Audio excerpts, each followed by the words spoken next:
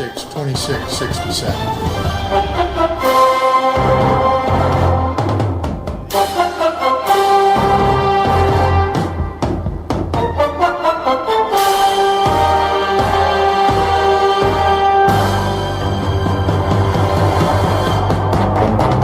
Well, we're sitting here with Coach Thomas Grant, week 8, and smile on your face this morning, Coach. You know, as we're talking about this, you go over there, and we talked about it last week, how important that game was for the Bulldogs to get a win.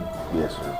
Going into the last 4 ball games. It was huge. I mean, just to get a good taste back in your mouth after a disappointment the week before, and another close game, and down to the wire. Yep. And our kids made enough plays to come out with a win at the end of the game. Did they like that field? The field looked really nice. Or do they prefer grass? Or what's your thoughts on that? I mean, I'll just speak for myself because I didn't hear the kids talk about it. Well, most of them didn't like it because it's field turf. But like at Fort Walton Beach, they have the rubber pellets. There, they have like sawdust wood chips. So what's the difference? Is it cleating? Well, the biggest difference is that the wood chips in the summer doesn't get hot, whereas the black rubber at Fort Walton Beach, it gets really hot on. So the one at Childs is basically like the temperature would be just like playing on regular gas. Oh, okay. But now the con to it is when you fall on that, it's like falling on. It hurts. It hurts more. more than it does. Yes, sir. It's not as cushiony as the one at Fort Walton Beach. Is it faster? Is turf faster than grass or no? For the kids to run their routes and stuff, or no? I think so. I mean, but I don't know officially. Right. To be honest with you. No, I know. Yeah. I was just curious over the time that you've spent on it if you've noticed any difference. And what if it rains? Is it slicker? Yes, sir. Very. I thought and the wood chips was a whole lot slicker playing on that surface.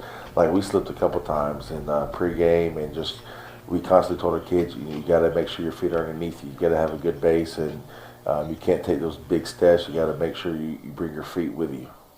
Well, we go over there, and your game plan held up. A low-scoring ball game. Yes, It wasn't maybe what we expected, but let's just walk through the first half and how that went for you, and what you saw, and the pros and cons, and things like that going into the first half. Well, in the first half, we come out, we are trying to establish the run, and we get a first down, and then we had a negative play on a first down play, which was just a miscommunication up front on blocking assignment, and that's stuff that we got to continue to eliminate. We end up putting on our first session. They go down and score and get the 2-point conversion, and then we come back and we answer the bell. We have a big third down pickup. It was like a 40-yard pass to Parks, which was huge in the very next play. Jason runs it in, and then we match our 2 points. I thought is that a philosophy for you? Because on the radio or during live, I asked Corey. I said, I think we probably going to match there, and he just didn't know. But is normally if a team does go for 2, is it a field thing, a gut thing? It's a field thing. To be honest with you, normally I probably wouldn't chase points that early, but for whatever reason, I just wanted to send a message early that we weren't backing down, and we were there, and it was there. It was there, and I just like I said, normally I wouldn't chase points in the first half, but for whatever reason, I wanted to go for it, and so we did. I just wanted to send the message to Childs that we were here, and we're not backing down from anything. So we tied up 8-8, and then we get a stop on Childs' next possession, and then we go down and score. They go up 15-8. That's right. And then we get another stop, and there was roughly a minute and a half when we took over, and I thought we had something open, and we let them back in the game on that pick six, or not a pick six, but they picked off. Well, picked off, and then they got it down to the hindsight 2020. I'm kicking myself at halftime, so I just should have ran the ball a bit happy. I got a little greedy there, but when they picked it off, they picked off our we call it 9-13. It's where the the number one's running to go. The number one is running like an out route. And number three is kind of running a hook to the outside. And, we got to read the flat defender. The quarterback threw it to the right person. He just threw it later than what it should have been. Mm-hmm. But it closed up on him. With that being said, that set up something else in the second half for us that we noticed. That was a huge play, third down play in the second half for us. So. So you go into halftime, you give up a touchdown right there at the buzzer. You're sort of did they tie us or did they go? It was 15-14 and a half. That's right. They missed their extra. It was a bad snap or something. Yeah, that's what it was. Yes, that's sir. right. It went backwards. Yes, That's right. So when is the last time you come out of halftime and you don't touch the ball the whole quarter? I've never seen that before in my life. I have never seen Coach Hatt said the same that thing in my life. No, sir. I'll say this to a testament, to our defense, and that's kind of what we want to do. We want to keep everything in front of us because most high school teams can't have that 15, 16 play drive without messing up. But to Charles's credit, they did. But now saying that, we got a big fourth down goal line stand on the 2 on 4th and 2. After you burn up so much time and not get nothing out of it, right? They almost huge. It was huge. It was a good morale. We get it. The ball on the 2-yard line. I think we get a yard on first down, nothing on second down, and this is the play I was talking about from the first half where we ran 9-13, but then we called jerk, where the number 3 receiver was going to act like he's running a 3, and as soon as that guy undercuts him, like he went back to the inside, and that was a huge third down conversion to get up from the goal line, and so then we're starting to drive the ball. We get around I think the 40-45, but we end up fumbling on a quarterback and running back exchange, which very upsetting because you can't have that, Is that communication on both parts of those guys, or is that not sticking the ball in the right place, or not grabbing the ball? It was just one of the things where the running back thought he was giving it, and he tried to snatch it, and when he snatched it, you just hit something. That's option football, and we talked to the quarterback. You got to make sure that you secure that ball, and when you snatch it, and there's no room for any doubt. But saying all that, our defense.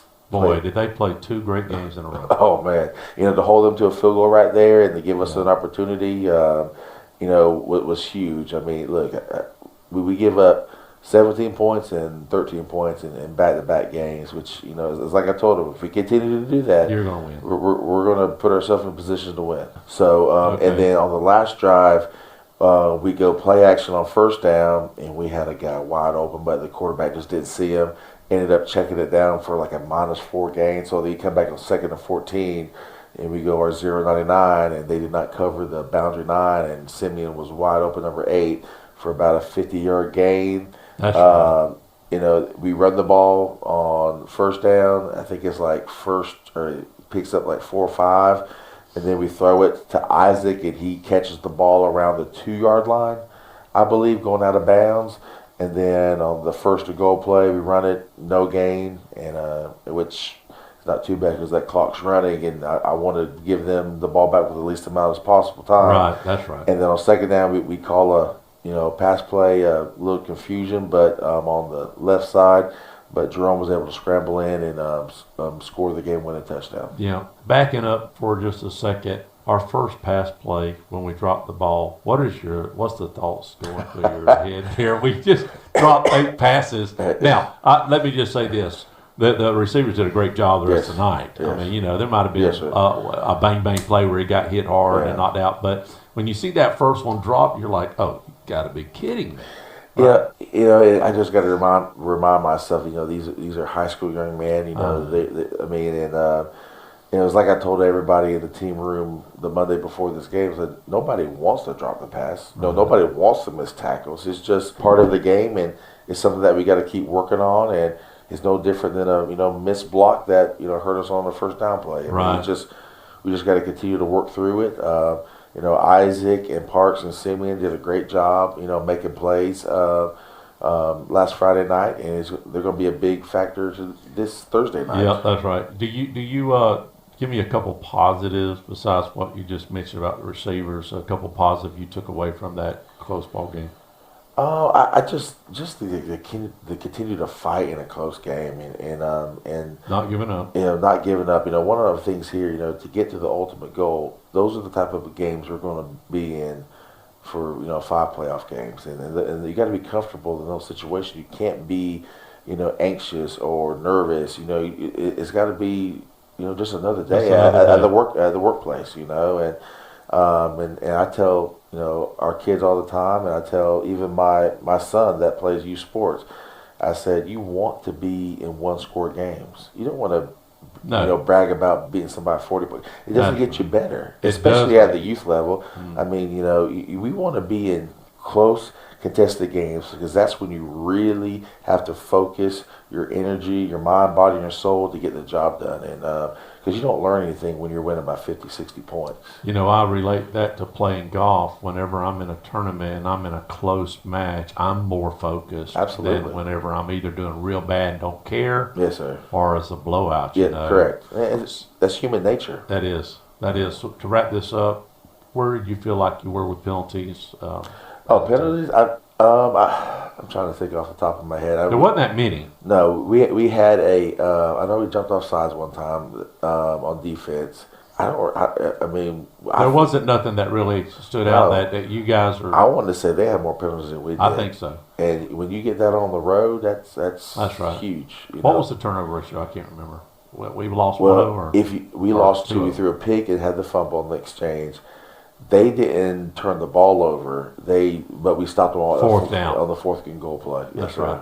Well, when we come back, we'll talk about the matchup tonight against the Mosley Dolphins. This district matchup, and we're in Panama City here on WAZ 104.7.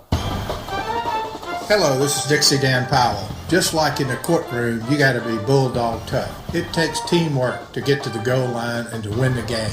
Go Bulldogs. Call us, Powell Injury Law, 850-306-2667. That's 850-306-2667.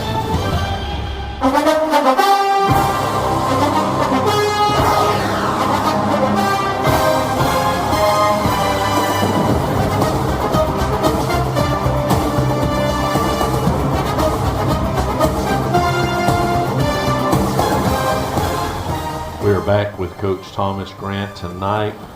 So here's the deal.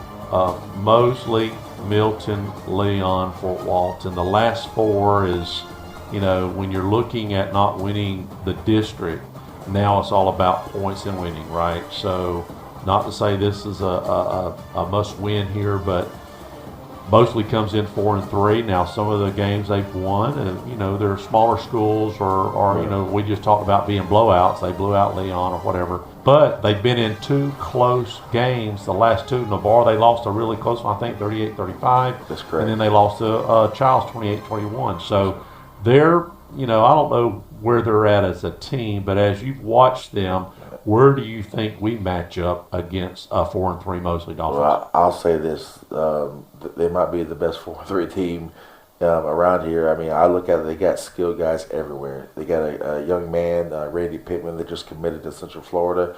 He's kind of a tight end, H-back, fullback type, and they'll put him at receiver, running back.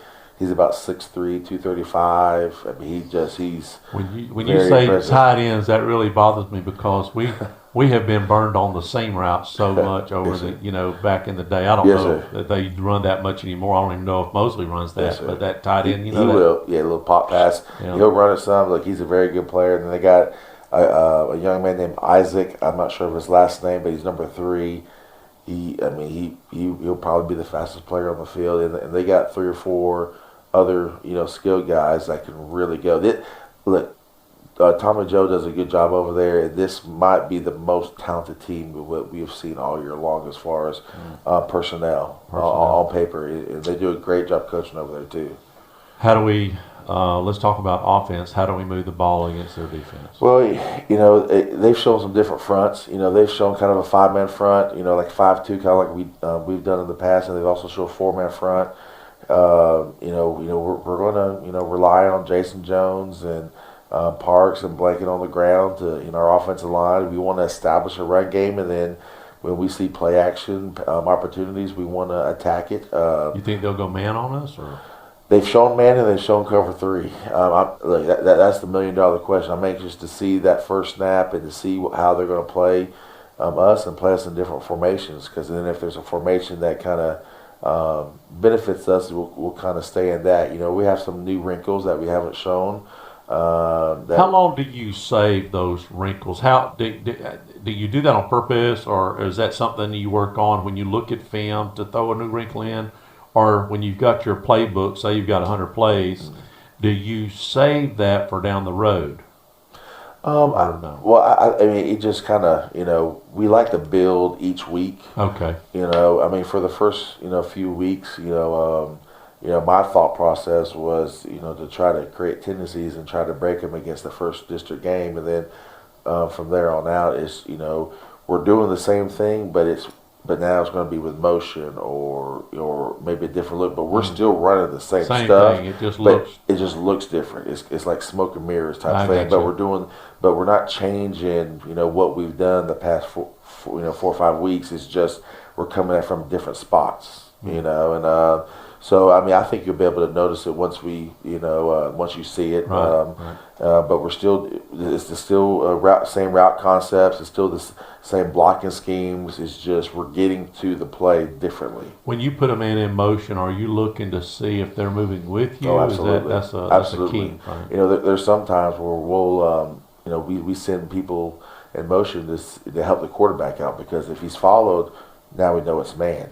If he's not followed, then 9 times out of 10 it's zone. So and that should help the quarterback, because then if there's one safety and he doesn't go with it, well, now we know it's cover 3. Now, but if there's 2 safeties, it could be cover 2, it could be quarters, and eventually post snap it could be cover 3, depending if they roll the safeties. But at least he has an idea, at least man or zone, because if it's man, now his thought process should be I'm throwing a man beater, I'm not throwing a zone beater, type thing. So, but like I said, they probably play 5 guys both ways.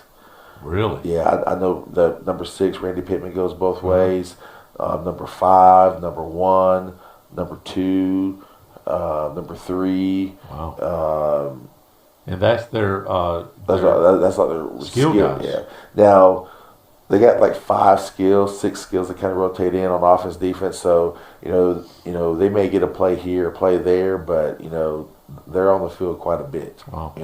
When you're talking about Mosley offense and having probably the best skill set that we faced, what offense do they run, and how do we stop it? It's kind of they'll be in 10 personnel, we're 4 receivers, and they'll be in like some 21 personnel. They'll be in some 20 personnel. Then they'll get in a set where they'll have 2 receivers on the line, so the inside guy's ineligible, and they'll be in like a triangle set out there where they're just looking, if it's 2 over 3, then they're going to throw the quick screen. If not, then they're going to run the ball inside. So I mean they do multiple different things. Like always, I think the first thing you have to do is stop the run. Now saying that, they have quite a few guys that can stretch the field vertically, so it's a little bit different dynamic. You can't commit everybody to the box, so because of the speed of the receivers. And look, they got a young quarterback. I think he's a sophomore, number 7.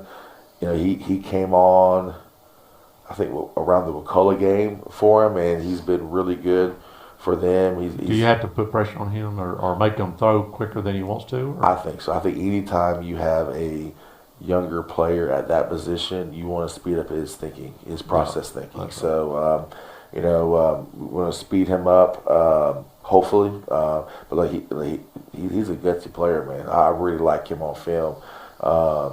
And we got to know where 6 is at all the time, and we have to know where 3 is at all the time, because those are 2 guys that can really hurt you. And he looks for 6 a lot when it becomes desperation. Yes, sir. As you work through this week, we're on a short week. Yes, how sir. has that worked for you? I mean, basically what we're not going to do is we're not going to get our Thursday walkthrough.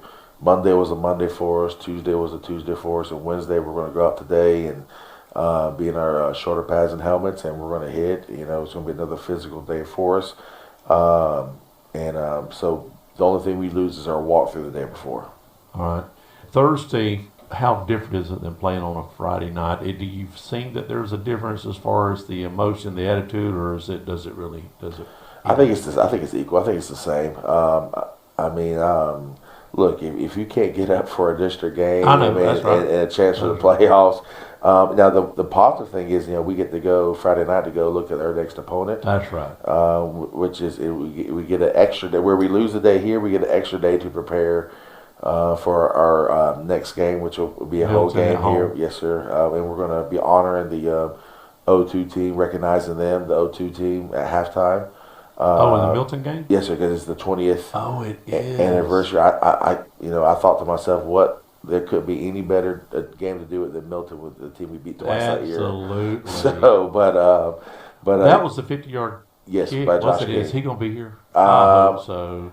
He messaged me. I got to check my message. That'd be great. He messaged me back in August. I know he was going to try, but I'm not 100% sure if he's 100%. I know Coach Kane, Coach Brunson. I know Coach White can't because he's coaching at Walton, but there's going to be quite a few familiar faces from, it's hard to, it's crazy to imagine that was 20 years ago already. I mean, yes, sir. Quick. Yes, sir. Yes, sir. I started in 99, and it just seems like yesterday, just wow. Yes, sir. That's amazing. So as you get this game under your belt tonight, no matter what happens, we've got two games. We got, like we said, Milton and Leon. Now Leon's the homecoming game, right? Yes, sir. Is that when is that when you're going to recognize any? Or no, you've already recognized your seniors, haven't yes, sir. you? We did it at the Pace game. So that's going to be probably the band's going to recognize. I believe so. Yes, sir. And then we wrap up with another Thursday night game, which has been moved. That wasn't scheduled, or was it always scheduled on Thursday? It wasn't due to the referee shortage. That game needed to be. They try to the referees in our association. They try to pick one Friday night game because there is a shortage, and they try not to let a team do it more than twice. And just it happened to be us for Long Beach's turn, and we're going to play them on. And again, that will allow us to hopefully scout for our playoff. For your playoff game. Yeah, yes, sir. If we can win out, more than likely, 7-3 teams going to probably get in. Mm-hmm. Probably won't have. I doubt we'll have a home game though, right? It would take some upsets. Yeah, it would take some upsets. We'll probably be on the road, but I'll say this. I know last year one of the regions. 5, 6, 7, 8 all won their playoff game. So you just never know. That's right. You just never know because look, some districts are tougher than others. So some some strength of schedules are different. So when you're looking at everything, hey, look, if the Bulldogs could come out of this the last 4 games unscathed, then you're looking at playing some tough games, close games, no blowouts, and you've got to feel good. Going into that. Tonight, then, to wrap it up, give me a couple key factors besides stopping number 6. Let's go there. Well, first is going to allow them not to, establish a running game. And that's going to be, my MO as long as I'm here is really to limit the running game and doing everything we can, because if you allow a team to, clip you at 4 yards a clip or more, then that sets everything else up. So if we can try to make it one-dimensional, and then offensively, it's just, we want to limit my bad plays. We call it the Crestview my bad. Where we see where you tap your chest. We want to look. It's going to happen, but we need to limit that as much as possible. I've taught on TV a lot this past weekend. Oh, look, I know I talked last week how a guy dropped a wide open pass and you turn on. You got these professionals and these college men that are messing up. And these are high school young men. It's going to happen. Look, in my regular life, I mess up every single day. Sure. I just got to learn from it and try to do better. The calls on Sunday, does that affect? And we're talking about Sunday and Monday, the quarterback calls that they said roughing the passer. Does that trickle down or no? Does that affect these guys that are calling the high school and they see a kid get thrown down on the ground? Or I'm assuming you're talking about the Tom Brady and and then the Raiders quarterback. I'll say this: I don't think to that extreme. Now it is in our association, our rule book, where if you pick somebody up and then throw them down, that's automatic. But just to roll over, right? I don't think so. You know, the NFL is a billion with a B Sure, that's right. industry, and they understand to keep the fans happy that they want points on the board, and they have points on the board. And they need their stars playing. They need their stars playing, especially it's a quarterback-driven league. So roughing the passer for high school is more than anything. It's got to be probably helmet to the face and then pick them up, slam them down, type of thing. Yeah, it's got to be Pretty flagrant. Yes, sir. Yeah, flagrant is the right word for that. All right. So the last 2 weeks we've missed our number because we've had low-scoring ball games. So I'm going to drop it down to total amount of points scored tonight, 35. Over under. For both teams? Yeah. Total. I think it's going to be over. You think so? I think so. Because we didn't get that. You know, we did 40 and we didn't make it. Yeah. Right? I think. In Niceville, we didn't make our number either. I mean, How many points do you think the Bulldogs might score against this defense? I mean, that gives us an idea of what you think about their defense, I guess. If we don't, not what you like to see. Every coach wants to see 30 plus, right? Yeah. So, well, I mean, where do you think we're at? Where's your team at? We basically put up 23 3/4. You know, We did. That's exactly right. I'll give you that. So- when you're not on the field, you can't count the quarter, I guess, for offense, and that's true. I mean, that's amazing. yes, by sir. the way. But if we get, Well, that's the first time in history. yeah, if we get one more possession, we hit our mark right at 30. I You think. do, actually. Or if we don't turn, the ball over on the fumble exchange, there's a good chance we hit our mark. I mean, I think if we do what we're supposed to and protect the ball, catch the ball, and block our assignments, I think we can put 28 points on anybody. Hold on a second. Time out. So wait. Did we make 40 then? What was the score? No, What was the score last? 23-17. 23-17. It was 40. Yeah. I just started doing the math, so we did hit it. We said 40, but and so that was the number. But so you think 35 will be over 35 then probably? Yeah, Mosley defense is not a Niceville defense. I won't say like that. I mean, it's just different. And I think they got playmakers. Look, 6 is going to make plays. 3 is going to make plays. The running back 12 is going to make plays. We just have to limit, though. I mean, I can see this game being like 28-24, 24-21, something like that. Number 6 is that now running game is we want to stop running game. Yes, sir. So besides that, is number 6 the guy you've got to really, or do they got too many weapons to say that? They got so many weapons. It's hard to say that, but we definitely have to know where he's at. We're kind of mixed up where the past couple of games we've been strictly man. We're going to throw in some zone in there just to have 11 eyes on the backfield and watch our crossers and have some people deep. It's not going to be the same type of game plan that we have for Childs and Niceville, where we were loaded in the lights box. out on defense. Really was. So it's going to be a little tweaks here and there. Now, can we go back to that? But then, we're one-on-one. Do they run empty a lot?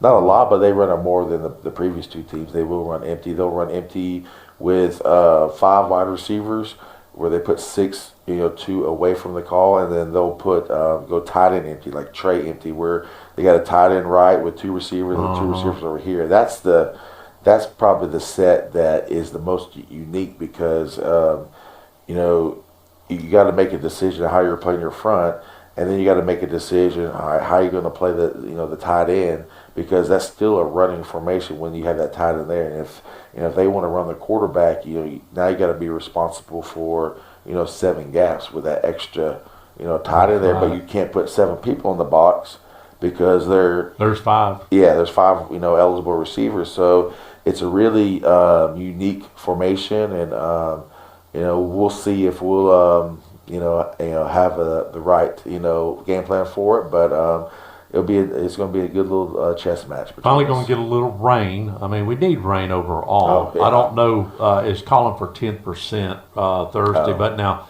in the morning it's 50%.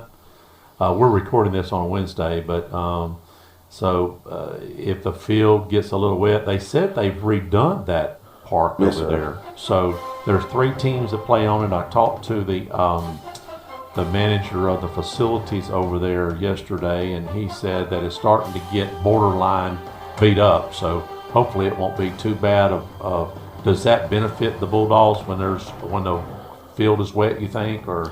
I mean, early in the year we played in a couple rain games, so I mean, I think we have some experience with it. I don't know if it benefits us, only for the fact that we've have experience playing in it. So, because the conditions are going to be the same for both teams. That's right. And we just look, if we protect the football and we continue to play defense like we're going to give ourselves in the fourth quarter a chance to win the ball game. That's great. All right, appreciate it, Coach. Yes, sir. Thank you.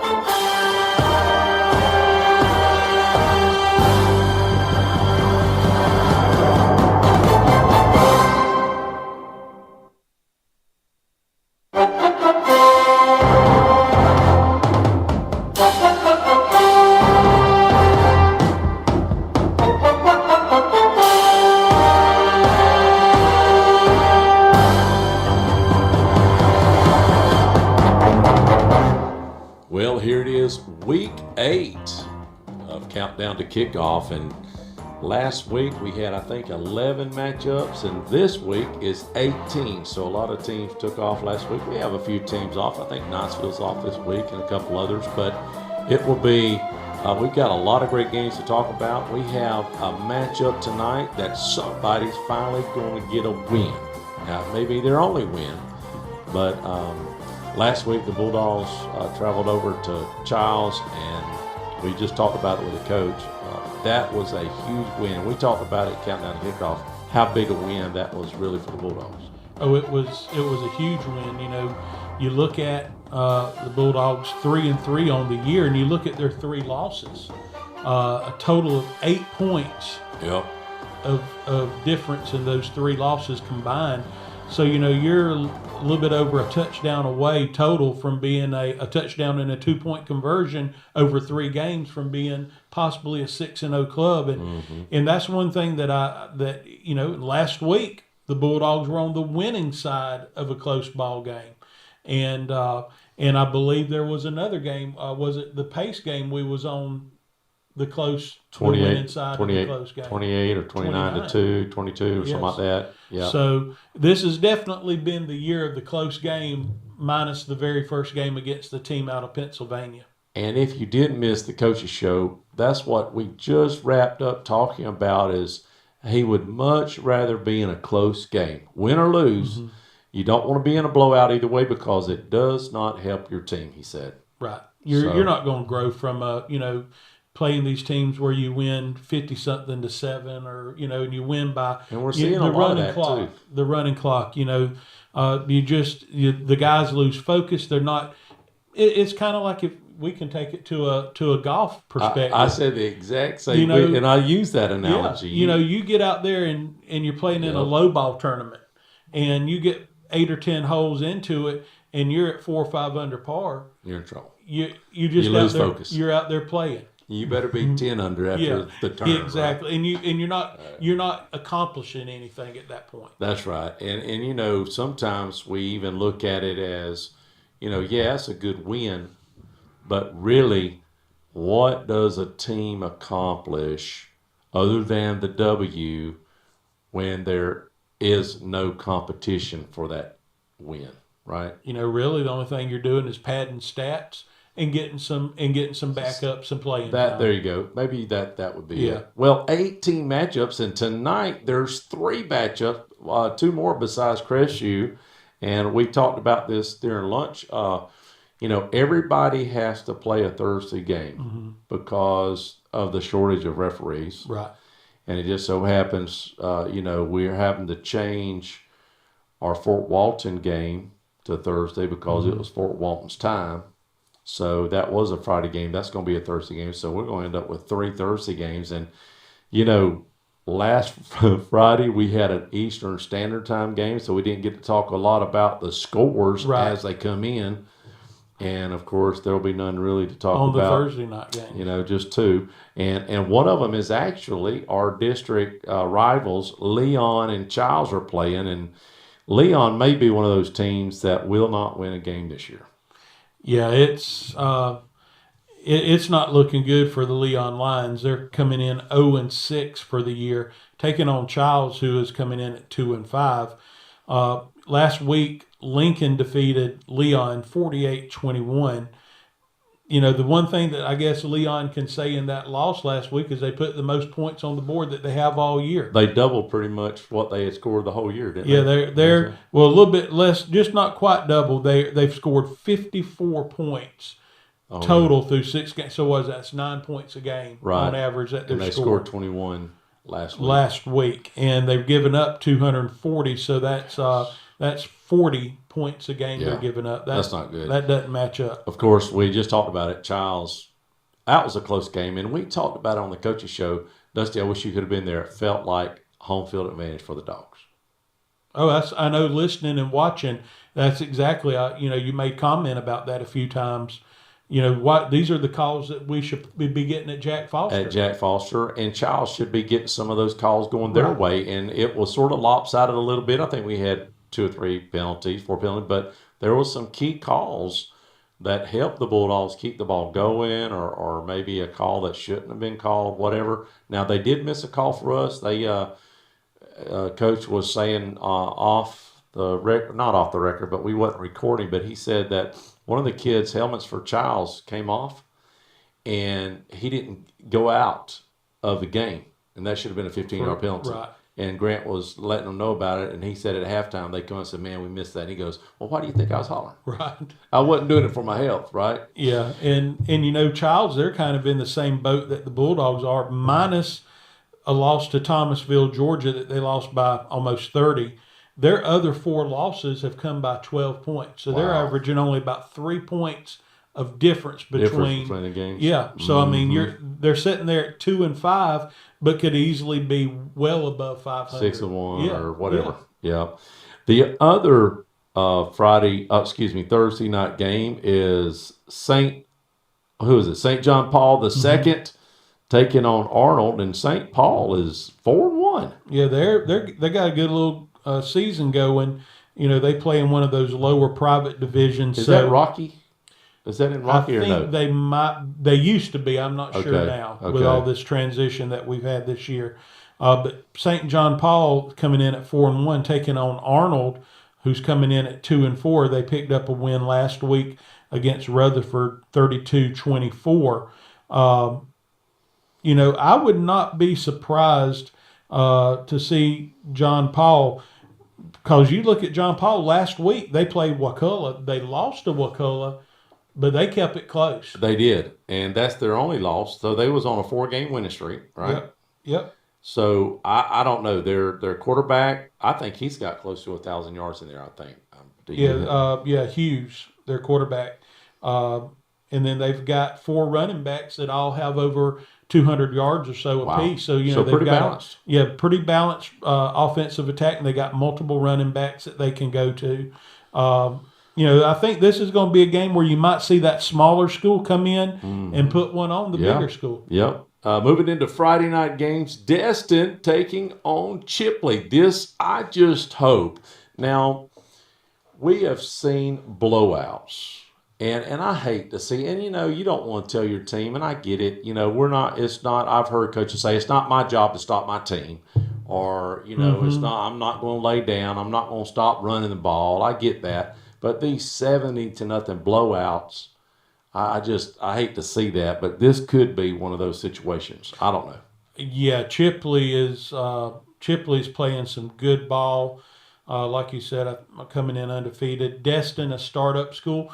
And they're 1-5, which is to be expected. But they are, other than a shutout loss to Baker, the first game of their season of their history, that they lost 34-0.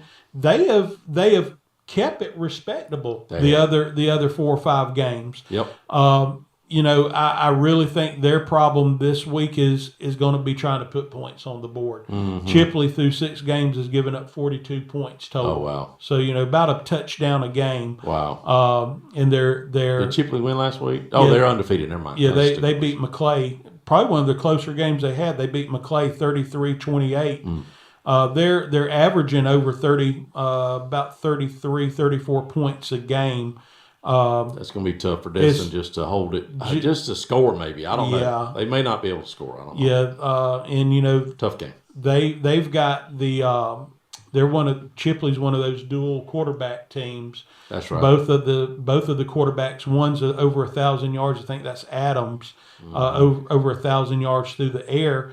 Kennedy, that's their running back. Excuse me, Kennedy, over 1,000 yards on the ground. So this is going to be one. I think by the time they blow the ball in play for the second half, the clock won't stop rolling. I think it'll be running clock at the start of the second half. Port St. Joe taking on Bozeman. They travel to Bozeman, but Port St. Joe comes in with a pretty good record. Yeah, real good record, 5-1. They beat Vernon last week, 48-zip. And let me stop you. Port St. Joe is one of those teams that I think they're one of the top teams in our area that's given up the least amount of points. Coming in with 6 games played. 6 games, and they've given up. I think it's 21. Yeah, so 3.5 points a game. That's amazing. Field goal a game. That's amazing. 3 shutouts through 6 games. And you look at what they've got left after Bozeman, South Walton, which they should handle pretty easily. South Walton struggling this year. Florida A&M, not real sure about them. FAMU. And then they've got a TBA. Yeah. There's a couple teams that's got a TBA. I don't know why. Was it because of the hurricane, Ian? Did they cancel I'm not those? sure if it might have been that they scheduled at the last minute and they might not have added that team. I've noticed when I was looking at all the schedules, there was 2 or 3 teams that we're going to talk about that had some TBAs. But Bozeman's 3-3. How did they do last week? Yeah, they beat Destin in overtime. 20-14. So, and Bozeman averaging about 20 points a game, giving up about 20 points a game. Who do they have left on their schedule? Can they win out or no?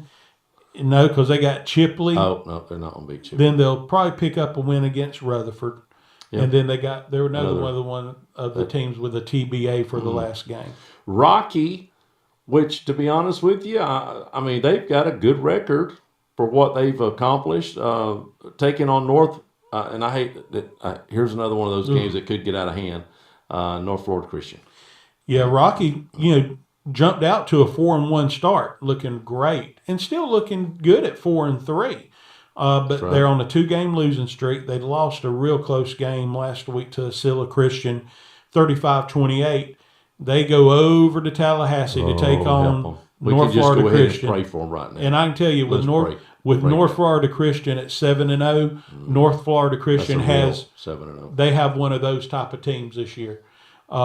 They've scored. Look at their scores. 305 points on the year, only giving up 34. That is the most points. Now, they're stretching our coverage area, but we have, since we're playing Leon and Childs in our district, we do cover that area. And, of course, they're playing Rocky. But look at the scores of their games. What do you have for all their scores of their games? Well, I can tell you this. Opening game, 35-10. Second game, whoever that was, played them close, 21-7. Then you go 44-0, 41-0, 51-10, 58-7, and then last week they beat FAMU 55-0. Unbelievable. And here's the thing that you don't see. They're going to win it. Who's going to beat them? Here's something you don't see a lot, especially at that smaller level, and I get it, they're private, but still smaller level. 7 games, they're 1,950 yards through the air. That's almost 2,000. That's 260 or 70 yards a game on average through the air. Good Lord! And about 110 or so on the Well, only if you're scoring that on many the ground. points, you've got to throw. Running team's not going to score that many points, right? Yeah, unless you just get breakaway after breakaway run. That's amazing. Fort Walton Beach, and God love them. I don't know when it's going to be. When is it going to happen for them? But they're taking on Booker T, and Fort Walton just hadn't been the same in years. Yeah, what is it now? 4 or 5 years? Whenever they had the mass exodus. Yeah. I think it's been a little longer than that, but they haven't picked up a win yet, and I don't know if they're going to. And I'll be honest with you, and this goes for Choctaw, for sure, Fort Walton Beach and Choctaw, and I don't know how much it will in the end run affect Niceville, but depending upon how quick this Destin club I don't know if you saw it. They had $1 million donation to the athletic program. Really? Yes, they did. It was they named the guy in the news article. $1 million, 200, and it's going to be divided out $250,000 a year for the next 4 years. What are they going to do with it? Build a stadium? I'm sure that will probably be part of it. Maybe a field house with weightlifting equipment and lockers. Well, let me tell you, that's for all of the athletic programs. When you start building new stuff, kids today, it's not about being committed to your community. We've had this conversation for years. Tim Hatton and myself have had this conversation. There's no loyalty when you have several schools, Pensacola, like you said, Fort Walton, Choctaw, Niceville, Destin, Navarre. Yep. Crestview sort of, we're in an island up here. Right. Baker is too, but that if you're going to start offering all this new stuff and you're open enrollment, holla. Yeah, and you look at the way before this Destin High School come along, kids that lived in Destin, majority of them went to Fort Walton Beach. And then I'm sure you had some that got waivers or whatnot, or that went across to Niceville. I think at the end of the day, I don't think Choctaw is really going to be affected that much by the Destin, because I don't think their zoning was situated. But I know for a fact most of the Fort Walton Beach, or most of the Destin kids prior to Destin School, were zoned Fort Walton Beach. Mm-hmm. So you're sitting here looking at a club that's 0-6 that scored 31 points all year. There's only one other team that I think's probably scored fewer points than that, and that's Vernon. I don't see it getting better anytime soon for Fort Walton. They lost I think they were actually open last week because Pine Forest. Oh, that's right. 2 weeks ago. But 2 weeks ago, they lost 54-0 to Pine Forest. Good Lord. It's just, there's not really a lot good to say. They're giving up over 30 points a game, only scoring about 5 points a game. Taking on Booker T. Washington, coming in 3-3. So they're having a decent season. Last week they beat Godby. They put 66 points on the board, 66-34. Their quarterback Sherman. You look at North Florida Christian just a game ago. Sherman for Washington, he's got right at 1,600 yards through the air. Wow. So, just as impressive numbers. One more matchup before we go to break. North Bay Haven taking on Rutherford. Here's another school that has not won a game. And as you look at this and how this is shaping up, how many schools are we going to have out of the 30-something schools that we cover going to be undefeated, not have a win? Well, I can tell you this. I just counted it. We've gone over 6 games so far. Okay. So 12 teams. Out of those 12 teams, you've got 3 of them that have not won a game and 1 of them that's won 1 game. So 4 out of 12 teams have a combined 1 win all year. Oh, wow. Out of the first 6 games that we covered. Wow. North Bay Haven, they're 2-4, so they're just a little bit better. They lost last week to Bay 48-0. And I'm going to tell you, Bay's very surprising. We're going to talk about them in a minute, but they're coming on strong. Yeah. And Rutherford 0-7. Last week, like we just mentioned, they lost probably their closest game of the year, 32-24 to Arnold. And you look at their stats through 7 games for Rutherford. Number one, they've scored 50 points, so averaging about a touchdown a game. Yeah. Okay. Giving up 260 points, so what is that? Not quite 40 points a game. 40-7 average, roughly. 35. But just their overall offensive numbers, 260 yards through the air, so about 40 yards a game, 830 yards on the ground, so about 120. So they're averaging less than 200 yards of offense a game. Yeah, they only have about 1,000 yards total offense in 7 games. So, Dusty, that's about 130. Or no, that's 120. And I think some of that is you look at their roster, they got three seniors that contribute really, one on offense, two on defense. So hey, the future might be bright for Rutherford. Might be bright for Rutherford. It's not looking good for the rest of this year. Let's do this. Let's take a quick break. We'll be right back after a word from our sponsor, Greg Watson with Tillin Waters. Hey Bulldog fans, this is Greg Watson, your state championship basketball coach. I just want to let all the Bulldog fans know that I now have my real estate license, and I spent all summer in intensive on-the-job training with some of the most knowledgeable real estate mentors in Crestview at Tillin Waters. Here's my number, take it down, 256-682-6605. Call me with any questions or real estate needs, or you can also check out my website at gregwatsonrealestate.com. I'd also like to say that we're a proud sponsor of the pregame show this year. And as always, go Dogs.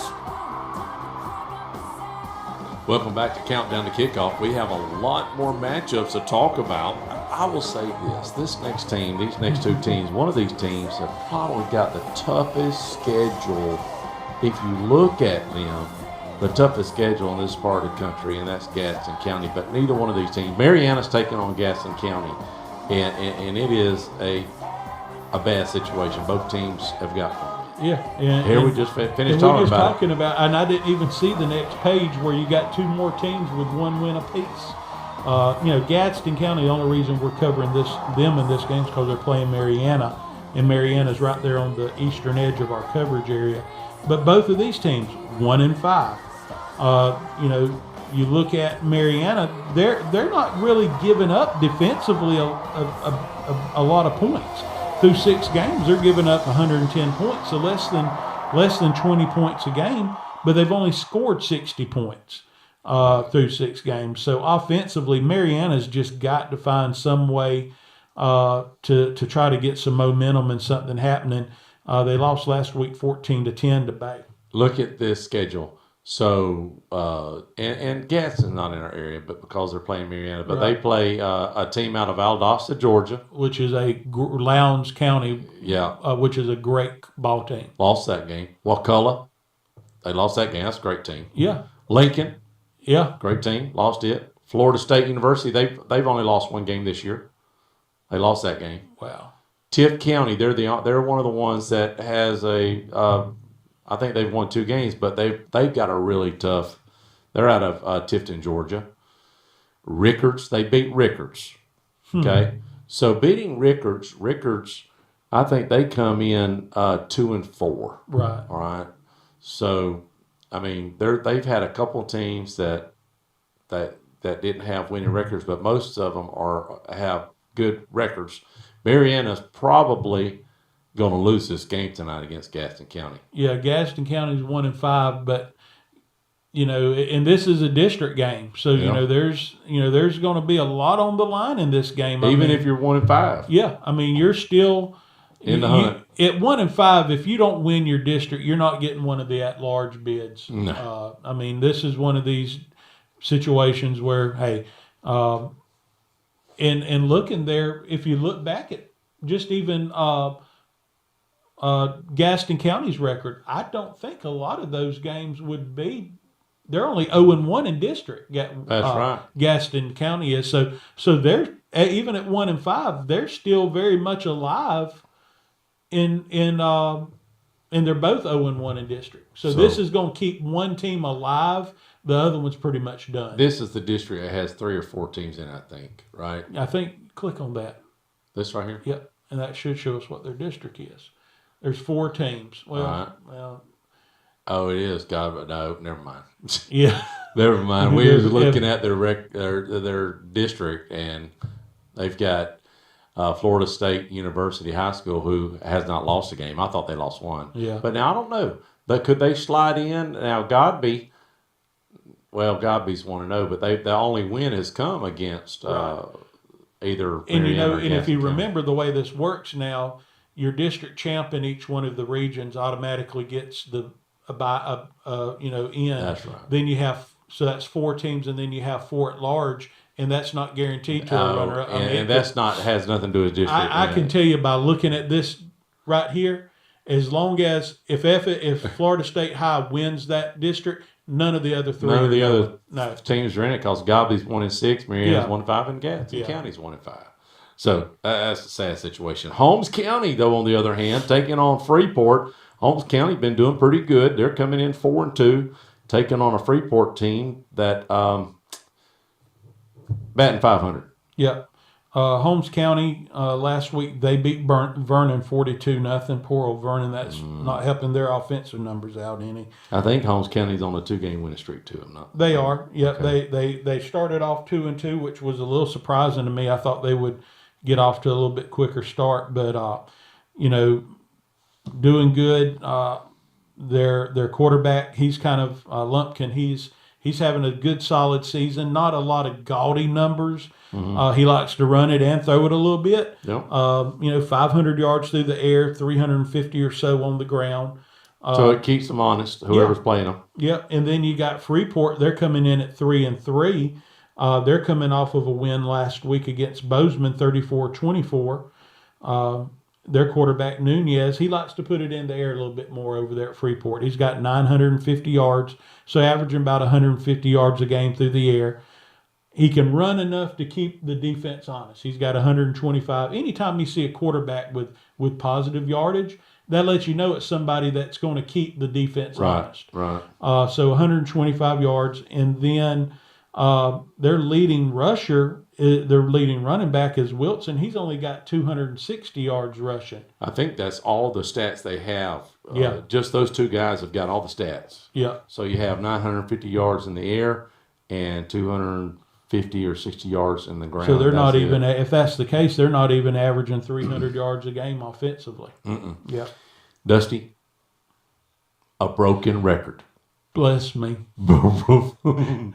Vernon taking on Graceville. Now, this, when I started out, I was saying this could be the only team, but we've got more than I thought. You know how we always say if there was one other game I could be at tonight, this is the one I would want to be at. I can tell you which game I would not say. Want to be at. And God love them. They got moms and dads that are going to be there to watch them. Right. But, absolutely. I mean, but neither team has picked up a game. Why has Graceville only got 4 games on the schedule? That's all I want to know. Did they have a couple cancellations or something? They might have. Or couldn't pick up no games, but both teams have not won a game. And these two teams may have the least amount of points scored. These two teams right here.